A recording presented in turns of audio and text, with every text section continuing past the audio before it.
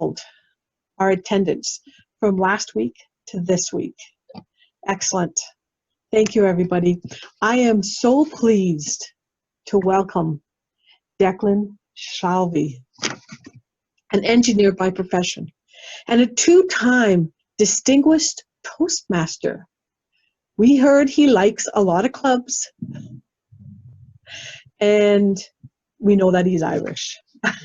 Declan has lived in Europe, US, Asia, and all over his career in technology. He joined Toastmasters just a little over 6 years ago and currently holds two positions: area director, club coach, three, club mentor, and officer roles in 2 of 4 of his clubs. He has participated in contests, table topics in recent years, and he believes that Toastmasters provides opportunity to acquire skills that are applicable to all careers, and that Toastmaster offers a safe environment to participate new communication and leadership ideas. Please give Declan a warm welcome. Please welcome Declan Shalvey.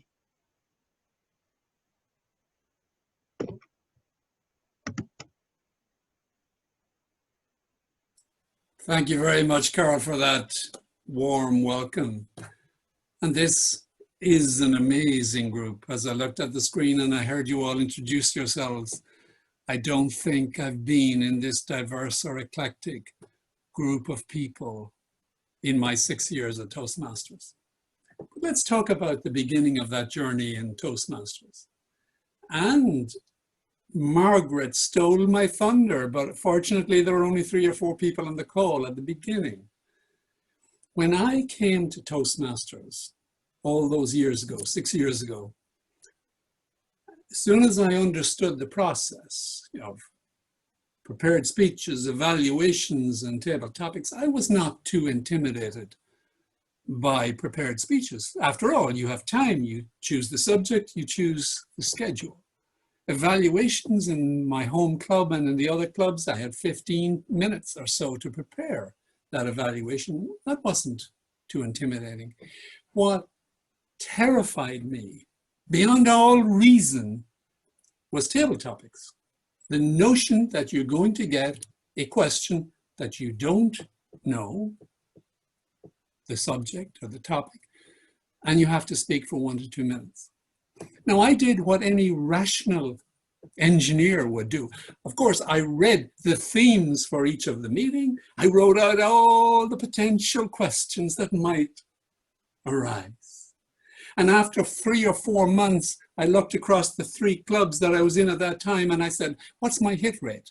Not one single question that I anticipated or hoped for came up. So I'd like to say I'm a little bit rational. So I went back to first principles, and you've all heard that expression. The definition of insanity is doing the same thing over again and expecting a different result.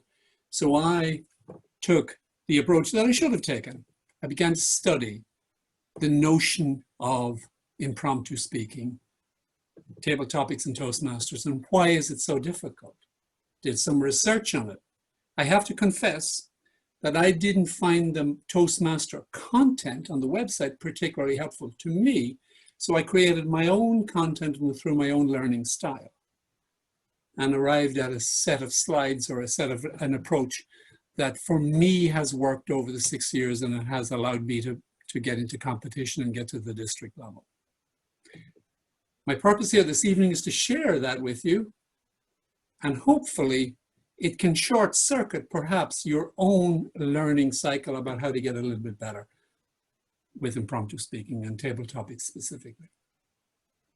I'm going to go through a set of slides, and please don't feel you have to make copious notes. I'll provide these slides to Abhijit afterwards because he is a trustworthy one. He's the only one that is trustworthy between us, and he will get you that content.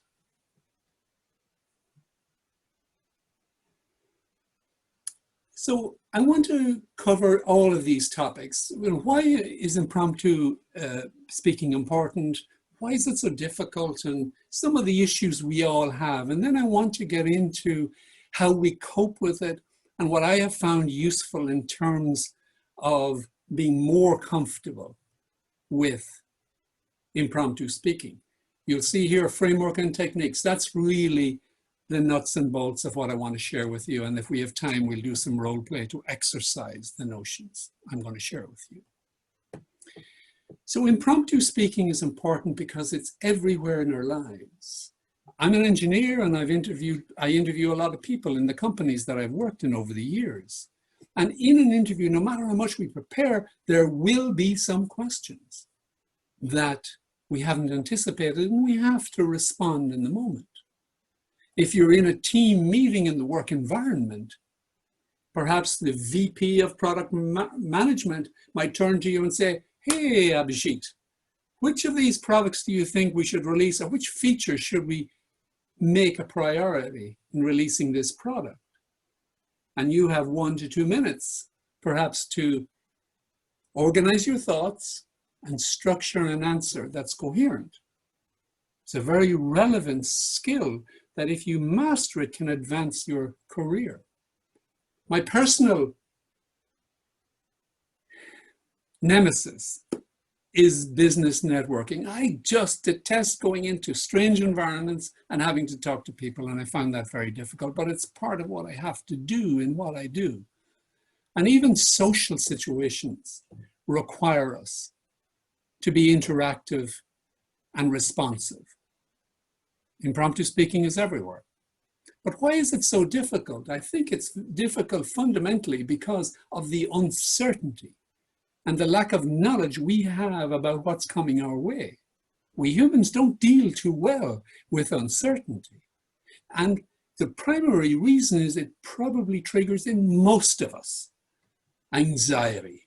And in my personal case, when I get anxious, for some reason, my brain freezes and I can't move forward. The thoughts can't come out articulated in a coherent way.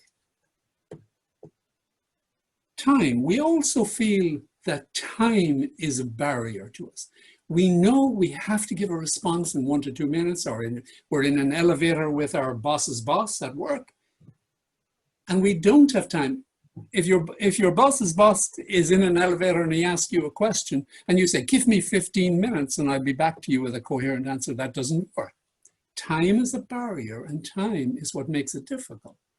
And lastly, I think we all are subject to this notion that when we're asked questions, either in table topics, in Toastmasters, or in the business situation, we have to perform.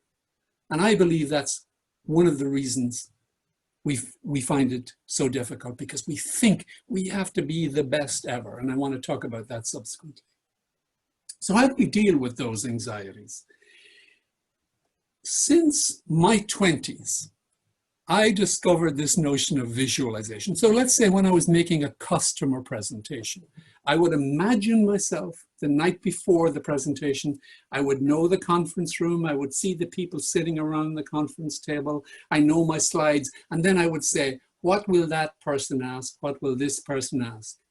And I would visualize what was going to take place. And I found that that visualization helped me calm down, because in my subconscious mind, and perhaps even in my conscious mind, I felt I was there before. I've seen this. I've been through this scenario. I'm just, the video is in my head. So I find that a useful technique for relaxation.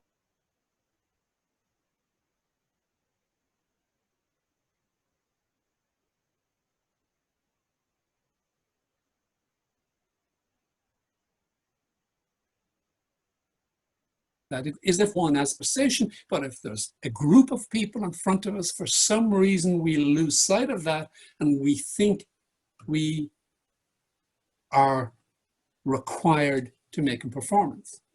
I'd like you to unwire that thing in your head. Look at somebody in that audience.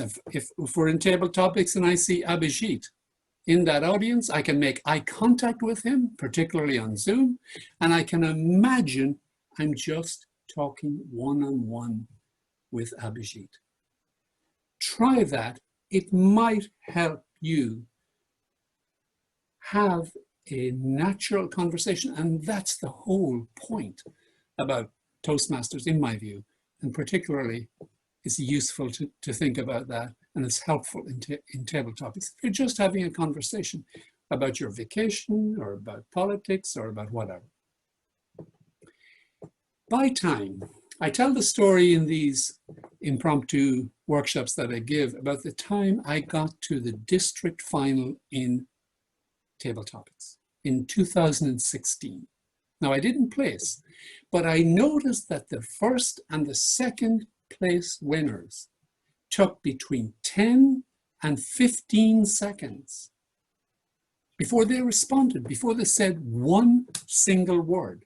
And the point is, pause and use the time to think, particularly in Toastmasters. No rush.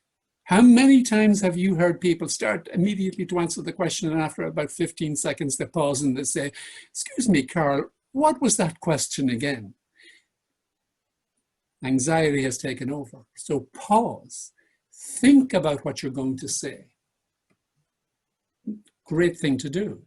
If you need to repeat the question, because sometimes, particularly in the professional situation, if you're in an interview, it's a good thing to perhaps repeat the question, one, to validate what the speaker or the questioner has asked you, but it also gives you some time to think, and that's valid. Use that technique if it helps you think. Buy some time. Ask a question. I'll ask the question later on this evening, do you believe in climate change? Well, that's an interesting question. There seems to be a lot of diversity in opinion. What do you think about climate change? Is an example where you can turn that around and make it rhetorical to the entire group. But what you've created is 5 or 6 seconds where you can organize your thoughts. There's no issue going back to a previous question. The goal in Toastmasters and tabletops is to help you overcome all of the issues associated with impromptu speaking. If there's a prior question that you have an interest in and have a story to tell, just go right back to that. The objective in Toastmasters actually is to help you develop the confidence to speak extemporaneously. And if it's on a prior subject, it's fine. Now, if you're in Toastmasters for 6 years and you're always going back to the prior question, perhaps you should think about that. But it's okay generally to do that because the objective is to speak. Or you can even change the question. One example, if somebody said to me, what about the fires in California? Declan, what's your opinion on these fires in California? Well, I might say, well, you know, the fires in California, in my opinion, are just part of a broader perspective on climate change. And then I'll talk about climate change. But most people will not notice that I've shifted the dynamic from the specific question to a broader topic that I'm comfortable on. Try that. Think about that technique to buy some time. Now, here's the most important part of it.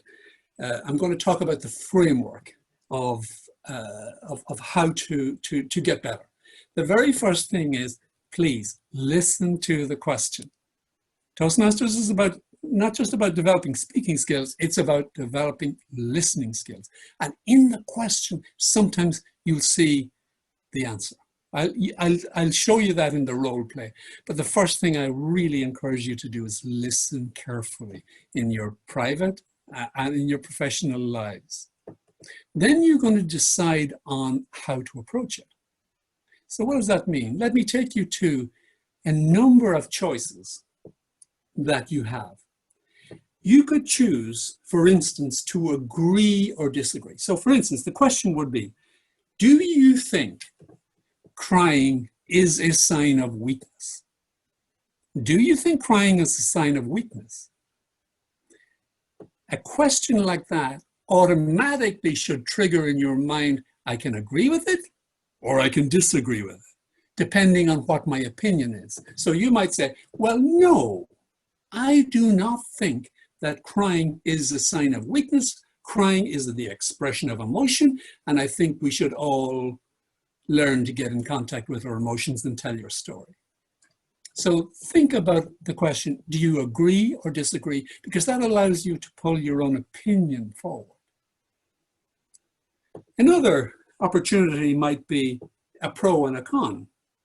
Do you believe, for example, or would you break the law to help out a loved one? Would you break the law to help out a loved one? Well, there are pros and cons to that. Of course, on the pro side, I would break the law to help one of my children or my wife or somebody I care deeply about because ABC. Now, the con is, of course, I might create a record for myself by breaking the law. So think about an argument, one side on the one hand, on the other hand. Pros and cons, think about that model. My personal favorite is something called prep. And that is where you make a point, you express a reason for that, you give some examples, and you make the point again. Here in the US, there's so much debate in the public arena about climate change, and it's a very partisan subject, etc., as many of you are aware. So the question might be, do you believe in climate change? And if I was asked that question, I'd make a point. Yes, I believe that climate change is real. That's the point. The reason I believe that climate change is real, because 97% of the environmental scientists across this planet agree that climate change is real. Here are some examples. Look at the floods in Southeast Asia. Look at the fires, the ever-escalating fires in California. Look at the severity of tornadoes, etc., across the Midwest and hurricanes, etc. So give examples that support your argument. And then lastly, for all of these reasons, I believe that climate change is real. And you have just made a mini speech with an opening statement, reasons. So this is my personal favorite, very useful. Break it down. Perhaps you can break the question down into its sub-elements. Somebody said to me recently, Declan, I hear you talking about athletics. My children are all athletes. And they say, would you think, or would you consider running a marathon? One way to respond to that is say, well, yes, I might consider that at this stage of my life, but I'd have to be a little bit careful. I might start with a 5K, and here's the way I'd prepare for a 5K, and then I'd do a 10K, and then maybe eventually I would run a marathon. Although, to be candid with you people, I'd be much more inclined to drive 26 miles than run 26 miles. I leave the running to Abhijit. Cause and effect. Let me think of a question. What makes you lose track of time? What makes you lose track of time? Think of the causes, cause and effect. What makes me lose track of time is working in the garden. I feel I'm close to nature. I've worked in technology all my life on multiple continents, but when I work with nature, there's one principle and nature works at its own pace, etc., right? Cause and effect. Again, one of the very useful techniques in thinking about an answer to an impromptu question is the notion of timeline. You know, the past, the present, and the future. So for instance, a question might be that you might exercise this technique with is, what makes you angry? What makes you angry? One way of thinking about that is, well, in the past, in my dim and distant youth, I would get annoyed easily. But then I came to my middle years and my children taught me the value of patience, as they teach every parent on the planet. And now, when I look forward, I feel that there's very little worth getting angry about. As an example, so think of structuring an answer in timelines. It allows you to reach into your past. Now, Abhijit, I believe, has provided this document to you, so we're going to work on this a little bit later, but that's the essence of it. So once you've decided, you've heard the question, you've decided what your next main task is to organize the speech. And I'm not going to give you anything complicated. Go back. I always believe do what's simple. Go back to the basics. In any speech, just say, make an opening point, one or two or three main points, and close. And the prep method that we talked about earlier is ideal for that. It actually structures it for you. But don't get too dramatic. Don't try to be too fancy. Just say, let's say, is crying a sign of weakness? Crying, in my opinion, is not a sign of weakness. There are 3 things I want to say about that, and say, so for those reasons, I believe that crying is not a sign of weakness. So you've structured your answer. You've organized it carefully. Now, the good or the bad news is that you might have done all of those things perfectly, but you have to then express and deliver the answer. Now, there's multiple things you've all learned in your Toastmasters careers about vocal variety and structures and body language and all of that. So, in my opinion, there are really 2 things I want to highlight here to you, if I may. 2 things. One is in your answer to a table topics question or an impromptu question at work, be conscious, do not ramble. So many of us, we string our sentences together, our nervousness catches on, and we go and this and that. And in my opinion, the best way to address the rambling question is think of very short sentences. Very short sentences. Let me take one of the questions I asked earlier. What makes you angry? In my past, I tended to get angry with a lot of things. But I found that being angry was not a productive emotion for me. As I got older and as my wife and I had children, I developed a lot more patience. And I consciously decided not to be angry. So slow down the rate of speech, simple sentences, pause for effect. I guarantee you, people from all over the world, that will help your audience understand what you're saying much more clearly than if you ramble and put all your sentences together. And the second takeaway here around expression is make it personal. Every single question that has been asked in Table Topics has been asked before multiple times all over the planet. What makes the answer unique is your personal experience. So for instance, if somebody asked me about climate change, I might say what I said earlier. And then I would take it back to when I was in North Carolina, caught in a very violent hurricane that uprooted trees, and we were stranded for 3 days. It was a terrifying experience, and I could describe it. It makes that notion of the big picture of climate change personal. Or tell a story about your family. Tell a story about yourself. Make it personal. So that's the essence of what I have to offer. Listen, decide on the framework, organize your thoughts, and express yourself with caution around those 2 points of rambling and making it personal. So, if I may, we will go to a role play. And for this, I'm going to stop sharing. And hopefully, everybody has the handout. May I confirm with Abhijit that you've sent out the 2-page document? I sent out the 2-page document to most of the people. Great, great. So if you have the opportunity to have that in front of you, maybe what might even be better if actually, let me do this. Let me go back to sharing it so that those of you who do not have it may benefit from this part of the discussion. Just bear with me while I pull that up one more time. Here we go. Okay, hopefully you can see that. So now I'm going to ask a number of questions, and I don't want answers. But because I'm showing the screen, if you want to speak, unmute yourself And Abhijit, I'm going to ask you to moderate because I can't see who has their hand up or whatever, if you don't mind. Perfect.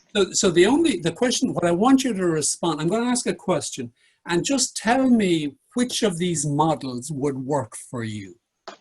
Okay, don't answer the table topics question, just tell me which of these frameworks might work for you. Okay, let me start out by saying, now, 3 weeks of vacation should be mandatory in the US. I'm not sure about the Bahamas, but should be mandatory in the US. Any takers on who would like to say which framework would you use to answer that question?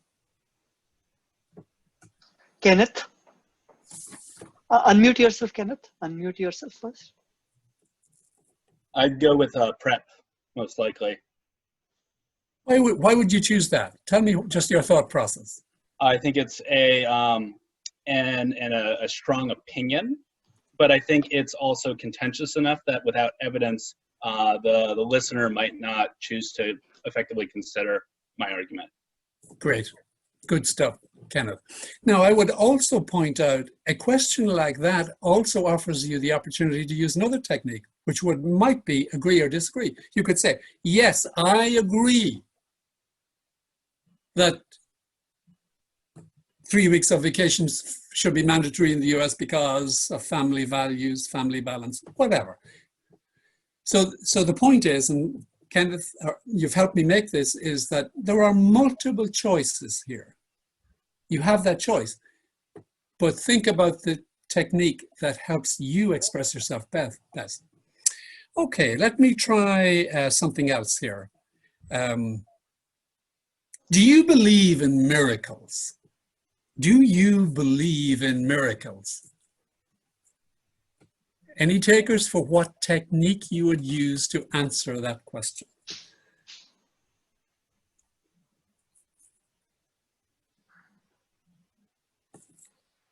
Yashpal. Yeah, hi. I think I can go with past, present, future framework for this question, because maybe I can relate couple of miracles happen in past, what advantage I get it and I enjoying in future, in present, and maybe something very challenging thing coming into future. I can relate that, okay, some miracle will happen it and I can get there. And I would suggest if you responded with a little bit more personal, which you would have done if you were asked that question, it would be a wonderful answer. Okay. It would have been a wonderful answer. Now, with my Irish view of the world, I might have chosen pros and cons. Well, you know, there are things that I think I'd love to believe in miracles, but I'm a little bit cynical and I'm not sure. Etc. So I go off on a tangent and I take it somewhere else. But a great answer. What is your favorite hobby? What is your favorite hobby? Which technique would you use?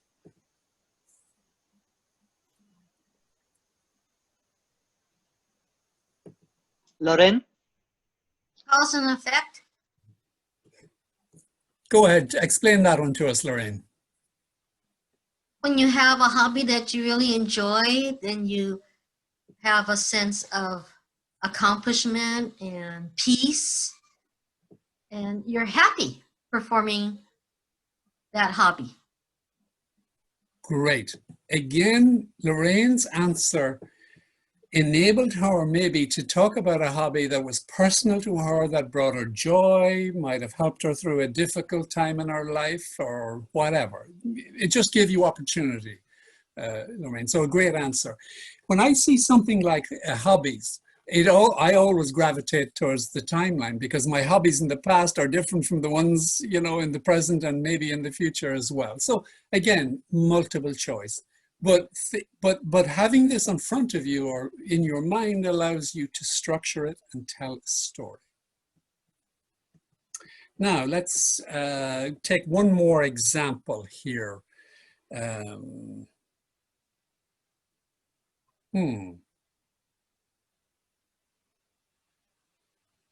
How can you help your children to be successful in life?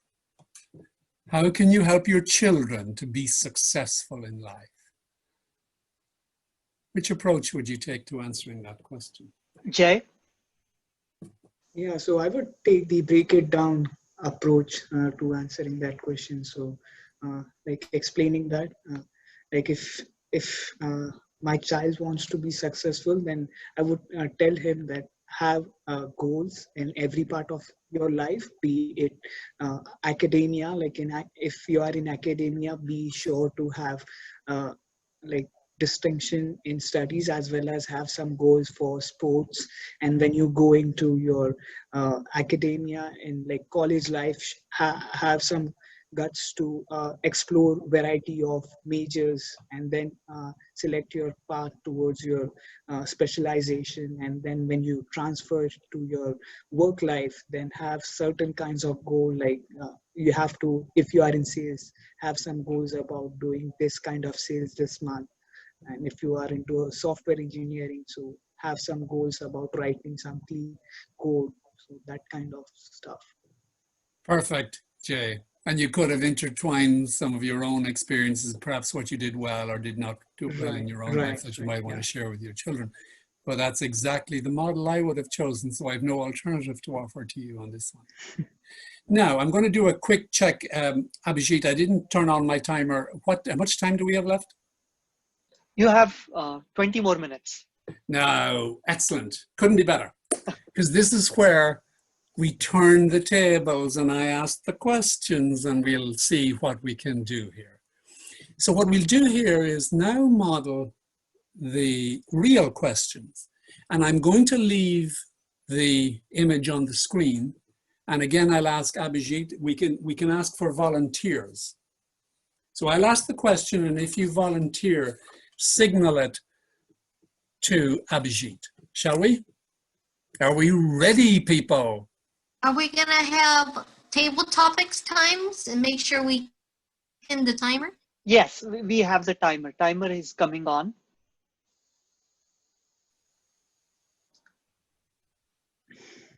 All right, Abhijit, shall I go ahead or do we need to do anything around making the timer visible? Visible now? Timer is visible. Timer is visible, excellent. Yep. Okay, first question. No matter what people say, words can change the world. No matter what people say, words can change the world. What's your opinion on this?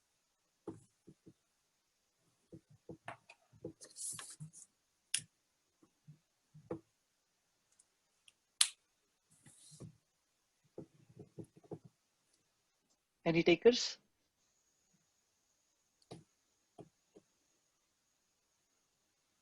Jay? Yeah, so the quote was, no matter what people has to say, words can change the world. Is that right? That is correct, Jay.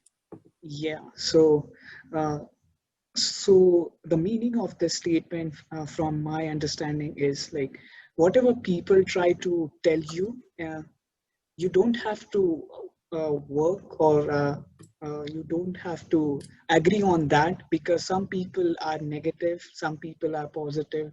So if you have around negative people, you would get a negative sentiment around whole world. The perspective would be negative. But if you have positive people around, the perspective would be positive. So, but irrespective of both the sides, you can always look to words to sharpen your mind, and the best way would be reading books. And the people who have wrote those books are quite intelligent, and you can actually live their life and try to gain multiple perspective from multiple expertise from multiple background. There's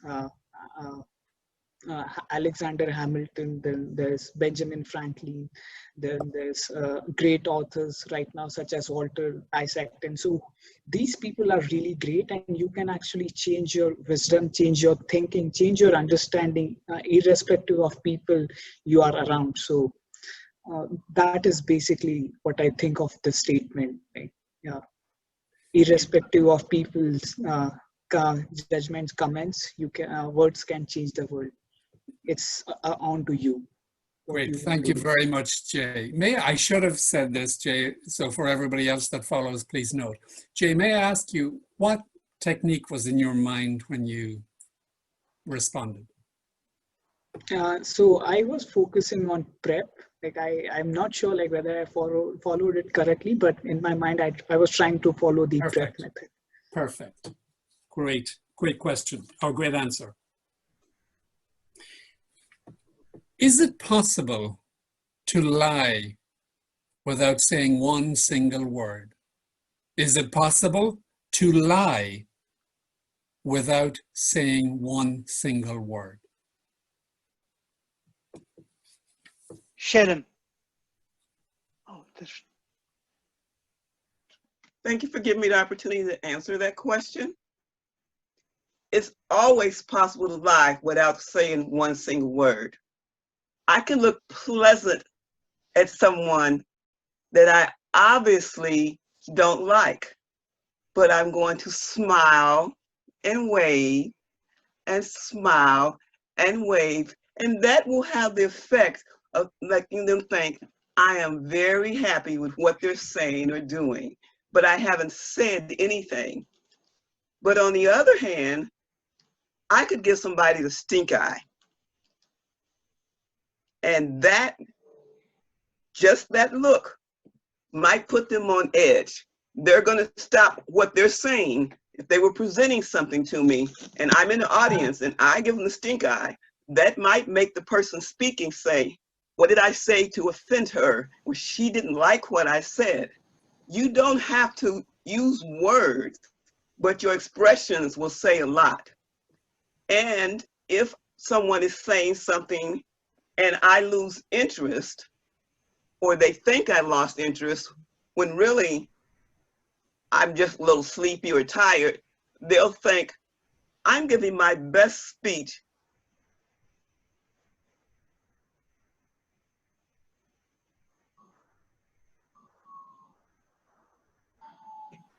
And your language too. If you're not sitting up tall and straight, and if you're slumped and act like you don't really care, you may be concerned about what they're saying, but you're tired. But the speaker is thinking, oh no, I'm putting her to sleep. So you always have to be careful, even though you don't say a word, what the effect your body language and your facial expressions will have on the speaker. Thank you. Thank you very much, Sharon.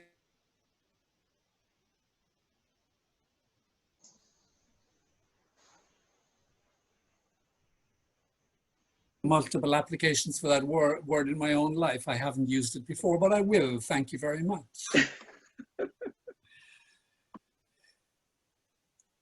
Who on the world stage has impressed you? Who on the world stage has impressed you?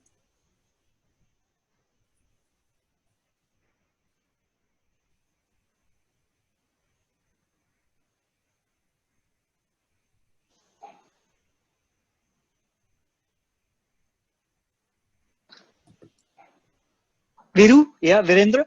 Yeah. Virendra, go ahead. I think the one of the person I really admire in a recent time, I was going through the book that is Start With Why.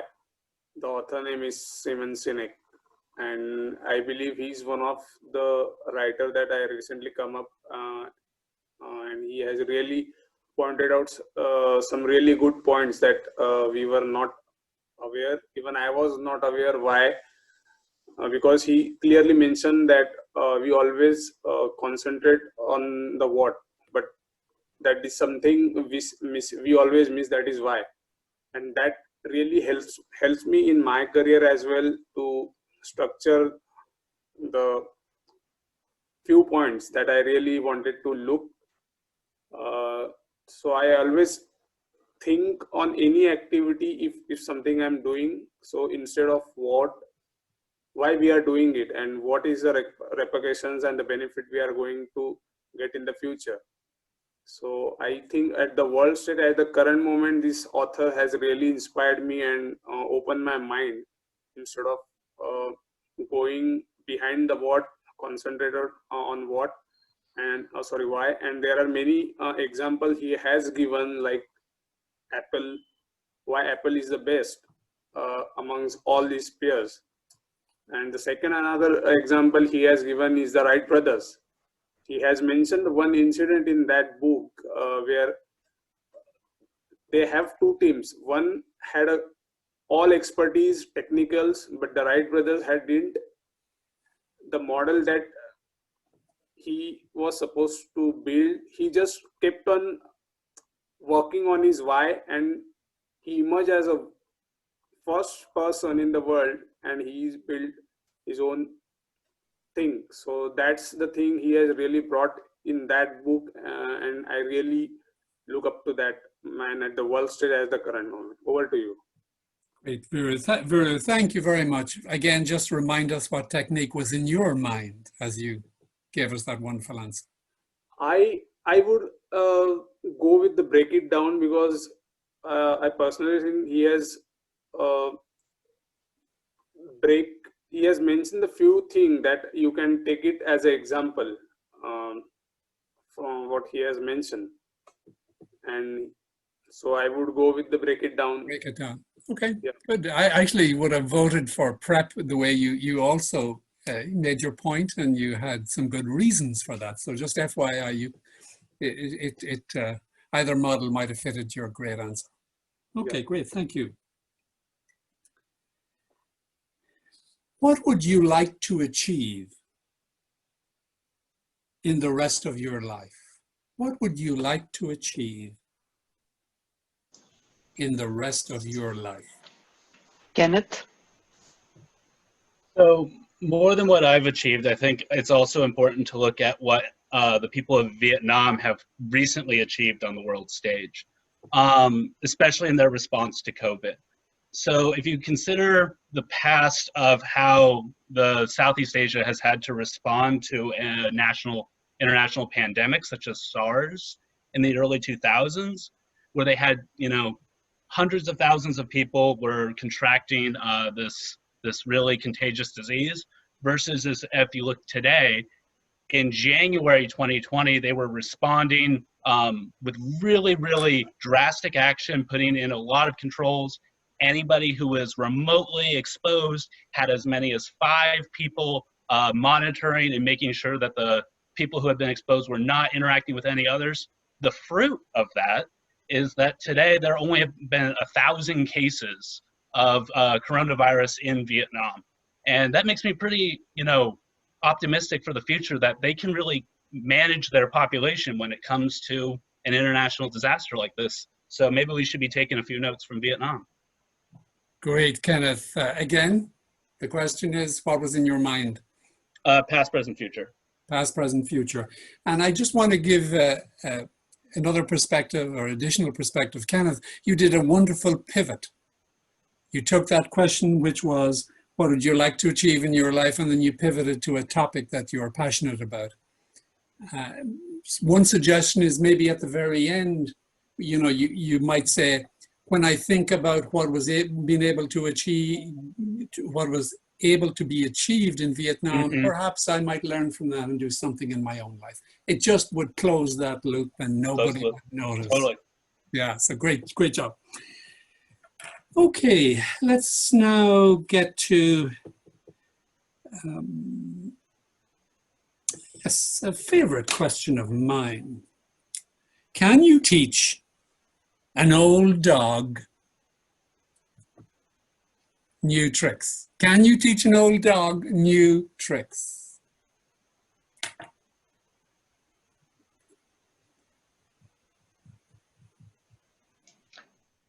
Deandra?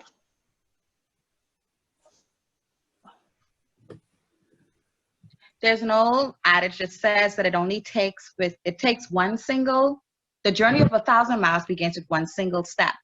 And I do believe that once we take that first step, that we are able to do great things. Firstly, I believe that many persons in this world, no matter how old you are, Every old dog can learn any new trick. It just takes the right person to teach that dog that trick. No one wants to learn from anyone that they do not like. So, ladies and gentlemen, with the right treat in your hand, I do believe that you can get any dog to follow you. As a teacher by profession, I think that I have to enter the classroom knowing who I am dealing with in the classroom, knowing those personality traits, knowing who you are, knowing how to reach you, because we all learn at different levels. And oftentimes we find that persons do not necessarily want to learn from, or they're not open to learning from persons who they believe don't have an interest or invested interest in them personally.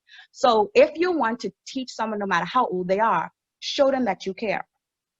In this Toastmasters program, I do believe that we are an organization, but we are also a family. And oftentimes you see people come into your meeting and they want to come back, and they come back again. And it doesn't feel exhausting simply because they feel as if you care. You might find that when that BPM calls on you, you find that they're opening up. Well, I had such a hard day, but it feels a little bit more better. So if you come and you open up and be honest with that person and tell them that I do believe there's one little thing that you can change. As simple in this Toastmaster program, we change our speeches and adjust them based on suggestions by evaluators.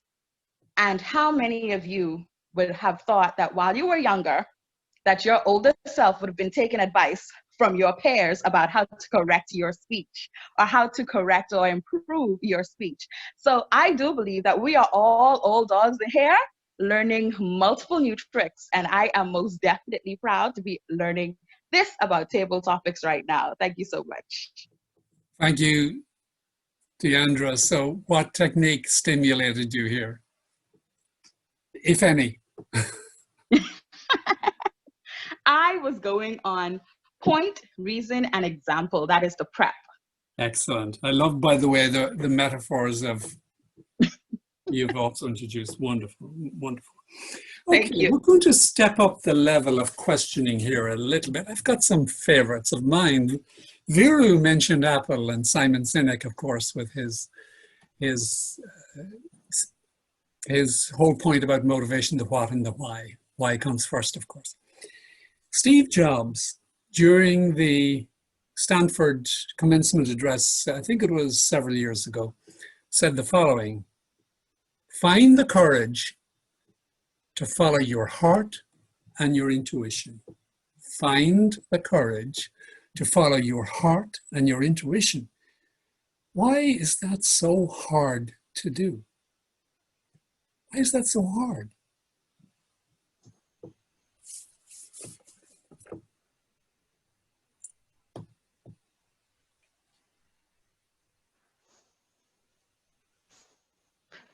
Hari? Hi, thanks for giving me opportunity to speak on this. So basically, as you said, why it is so hard, because these days, we actually follow the stomach, we need to feed in. We just look for the bread and butter, not for the hobbies, not for the aim we have in, and that causes all these things. So for example, let's say I want to do something else, but because of my family requirement, because of my home loans, because of my car loans, because of my credit card bills, I'm just following the things making money. Apart from that, I'm not following the things I should be. So I think that's the thing I can say. Harry, what was in your mind which model were you thinking of? Of course, prep. Prep. Okay, Yeah. great.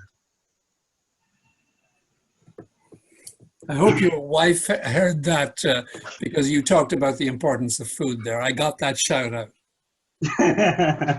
Thank you. We have maybe time for one more because I want to leave time for Q&A. We've used about 15 minutes in the 20-minute allocation. Here's my question, which is very relevant these days. It's a rather long, complex question, so you have to listen. So back to the listening skills. Please listen. I'm going to repeat the question twice. This is from Martin Luther King, by the way. The ultimate tragedy is not the oppression and cruelty by bad people, but the silence over that by good people. The ultimate tragedy is not the oppression and cruelty by bad people, but the silence over that by good people. What's your opinion on this quote?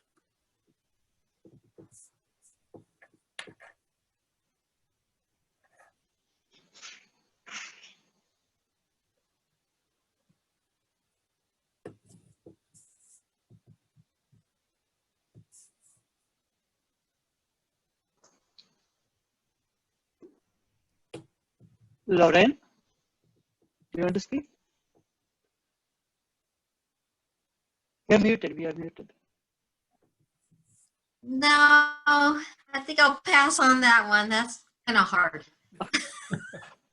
Deliberately so, people. So let's have somebody else. Yeah. It's Derek, not go that ahead. bad. It's not that tough when you think Derek, go about ahead. one of these Yeah. models will support it. Am I audible? Yes. Thank you, Mr. Table Topics Master, for that question. It is not what is done to the bad that is done to others, to us, but more so when good people stand by and watch it happen, if I were to paraphrase that question. I agree that that is so. It is a tragedy when right-thinking, well-meaning persons see things that are happening, injustice that are happening, and do nothing and allow it to perpetuate. We see this in history when we think about the Holocaust, when we think about how the Germans moved in on the Jews, and neighbors stood by as other neighbors were taken away and said nothing. Other neighbors down the road, again taken away, said and did nothing, which allowed the Germans to feel free to move in and take over as many as they wanted and do as they wish. But think about what would have happened if one or two would have stood up and said, no, you're not taking my brother. No, I will not allow you to do this to my sister. What a difference that would have made. Sadly enough, it did not happen that way. We know the rest of the story. Just think about your own personal life. When you were at work and a coworker took advantage of you and the boss did not stand up for you, or a boss took advantage of you as a female that made you feel less than because he had the power over you and forced himself on you. Everyone else stood silent, but not until the day he did it to a younger intern and caused that person to quit, commit suicide. Did somebody think that it's time to speak up?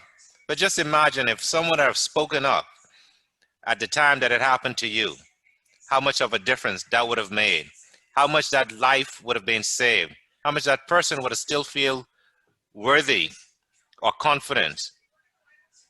So when you see injustice happening around the world, around the corner, within your own home, stand up, for you never know what outcome you would not be allowing to happen. Thank you very much, Mr. Table Topics Master. I went with prep, by the way. Yeah, great. Thank you very much for that.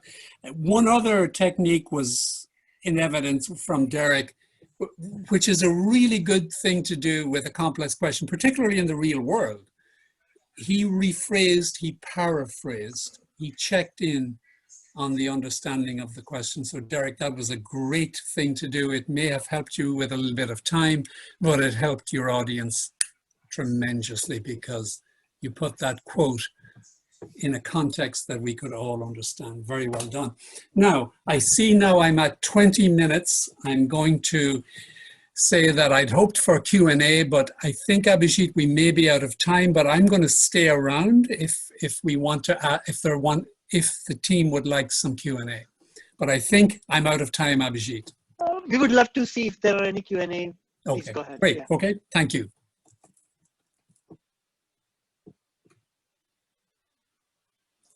Any questions, anyone?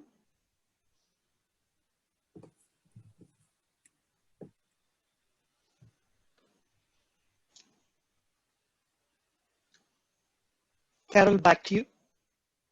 Well, if I may, Abhijit, let me just wrap up with one Please. very quickly, if I may. Listen, decide on the option, organize your thoughts and express yourself. This was me 6 years ago. Here's what it looks like today. I hope this has been helpful and I hope you benefit from it. Thank you for listening. Viru, you have a question? Yeah, Declan, you just shown, right, what you before and what you are after, right? So what you actually did to come over that fear, because I have just joined the Toastmaster and I feel wherein I know about the subject, I can speak freely and fiercely. But like you just raise it one such topic on injustice and like that. So I am not able to I will not able to raise some questions and points that really matters. So in unorthodox kind of topic, how should we deliver the content and the speech in a table topic? Well, considering that the timeline that we have to 1 to 2 minutes. Well, I remember I worked in Apple years ago and somebody came to me one day and said, Declan, if I had time, I would write you a 1-page memo on this product or on this problem, but I don't have time. So here's 10 minutes or here's 10 pages, he said. And what he was basically saying is he wasn't able to summarize it. I think the point here is that in Toastmasters, first of all, it's a safe environment. You may fail, you may feel you fail, but you don't. You just get to try again and again. The point is, initially, I'll repeat it, take 5, 6, 10 seconds to compose yourself. Look at that format if you're struggling. Think about it, make 1 or 2 points. That's all you need to do. And then I guarantee it, over time, you will be able to get to a structure that works for you and a simplified way of talking that gets your message across. I just guarantee it. I'm an engineer. It's all about the data. So think about it and slow down and speak in short sentences. And in those, as you pause between sentences, you think about the next sentence. Exercise that technique. It could be dramatic for you as a community. It could be very dramatic. It was for me. Yeah, thank you. Over to you. Thank you. Thank you, Declan. Very wonderful. I really appreciate your topic tonight. And everybody, it will be on a video as well that we will send to you, our YouTube channel. Please, if you have a moment, Margaret Blackstock will be texting you in the chat, making sure that you filled out the information and also the guest book. Is there any questions on table topics for Declan? Wonderful. Now this, our Speechcraft